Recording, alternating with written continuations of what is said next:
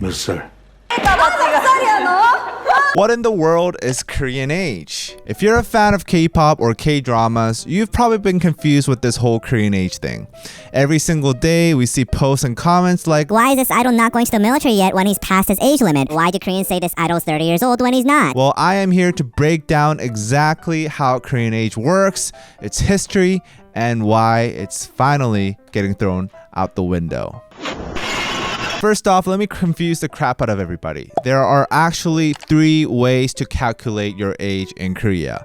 The first one is senin nae, or what we commonly know as Korean age. In Korean age, the very instant that you're born, you become 1 year old. Then regardless of whenever your birthday is, when the New Year's comes around, everyone ages a year older collectively. So technically, if you were born on December 31st, you only have to spend 1 single day as a 1-year-old before you become 2 the very next day. Now, if you ask a Korean person what their age is, they will most likely answer with their Korean age. Now, the second age system used in Korea is the man nae, or the international age. You guys probably know what international ages is actually what the rest of the world uses. We count from 0 and actually acknowledge birthdays. We almost always use this international age for legal documents and in official writing like news articles. Now, the third age system in Korea is yeon nae, or year age. Basically, your birthday gets thrown out the window and they only consider your birth year. So regardless of whether your birthday has passed or not, if you are turning 21 on this year's birthday, then you are 21 from January 1st of this exact year. Now, the confusion arises from the fact that some laws are applied with the year age system instead of the international age. For example, enlistment laws and drinking laws. So if you turn, I think it's 19, it's been a while. If you turn 19 this year, then you are able to drink from January 1st of that exact year. The mix of these 3 systems can be a huge mindfuck for anybody in Korea, even Korean people, especially for those born later into the year. Take BTS's V for example. Baby V was born on December 30th of 1995 as a 1-year-old and then turned 2 years old in just 2 freaking days. Now, as of April 2022, V technically has 3 separate ages: Korean age 28, international age 26, and then the year age of 27. Now, if this wasn't confusing enough, there exists another concept under the age system called the 빠른 년생, or early borns, which really truly fuck up the system. Man, we couldn't have made this any more complicated. Early borns are what we call people born in January and February. Those people are typically considered the same age group as the ones a year before. These people are the true problem makers of the Korean age system. Say they are born early 92, well, they went to school with those born in 1991, and they think of themselves as older than people born in 1992, even though they're born in 1992. And this results in real awkward situation when they go out of school, like when they graduate, because some want to be respected as older people and retain the honorifics and get called 형, 오빠, 누나, 언니, all that good stuff. 왜 형이라고 그래야 돼? Why on earth would I be calling you hyung when you are literally just a few days or months older than me? I don't get those people. 이해 진짜 안 가. Thankfully, the Korean government thought this was too damn confusing. In 2009, the government changed the age basis for enrollment to be based on birth year. So the 빠른 년생 concept technically does not exist anymore. However, it is still very present in the perception of Koreans, and it is actually one of the most annoying parts of the Korean age system. Now, if this wasn't complicated enough, if you really want to get even more brain fucked, well, then plenty of older people, like my mom, for example, use the lunar calendar for their birthdays instead of the solar calendar, which is what everybody uses. This puts another freaking twist to this whole damn age thing. Lunar calendars are different from solar calendars, and they change, every year. They're according to the lunar phases or whatever. I don't know what the fuck it is, but it's complicated. So why did this confusing Korean age system come to exist in the first place? It's a bit unclear, but the biggest theory is that it is an influence of the Chinese culture. The ancient Chinese numerical system did not have the concept of 0. It was mathematically impossible for the child to be 0 years old. In addition to that, the ancient Koreans adapted the Chinese 60-year calendar cycle, wherein time was tailored to nature over people. And the concept of individual birthdays did not exist in that 60-year calendar.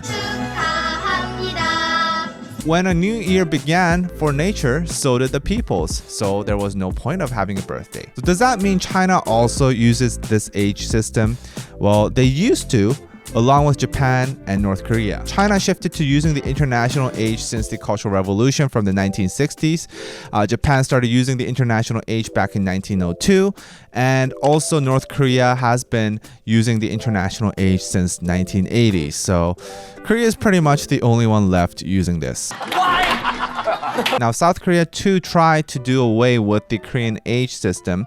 Laws were enacted back in 1962 to abolish the use of the Korean age system for legal documents. Korean age has long been replaced by international and year age systems for legal forms, but still exist in the perception and the culture of Koreans as the dominant age format, which is why when you ask a Korean person, everybody's going to answer with their Korean age. On top of this, even if we're just pertaining to the legal documents, having two different age systems is still confusing as fuck. Like I've said, international age is used for most legal documents, including medical records, the age you enter school, and the official state records. Meanwhile, year age system is used for stuff like enlistment and Youth Protection Act, which dictates when you can get lit and wasted. Furthermore, the aforementioned social hierarchy based on age makes things even more crazy and complicated. Korea has a hierarchy based on age. That is why one of the first things we ask to somebody when we meet them is how old they are. It is not only the basic formality, but also a way to set the foundations of a relationship. However, it can definitely get confusing if the same conversation happened between a Korean and a non-Korean person. 몇 살? 18 만으로. Every single time we have to explain ourselves if it's Korean age or international age, and if they don't know what Korean age is, well then basically show this video from now on. Thankfully, the confusing Korean age system is going away, at least legally.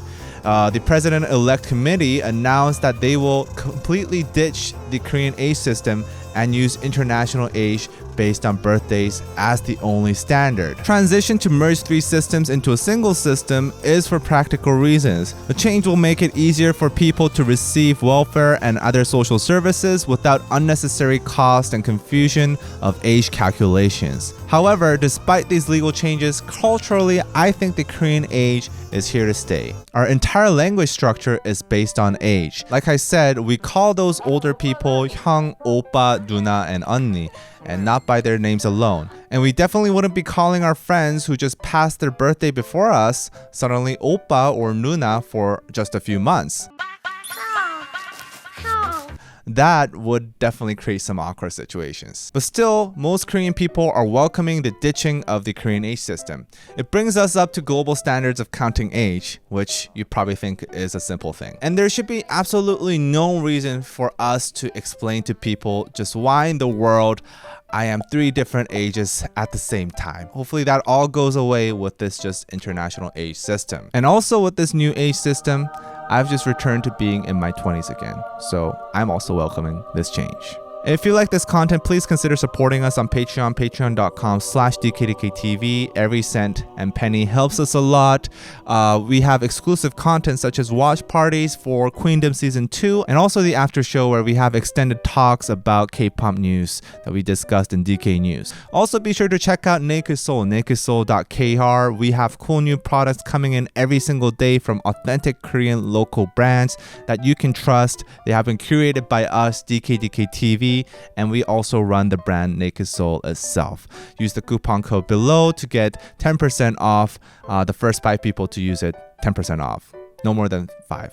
No. And see you guys next time. Bye-bye.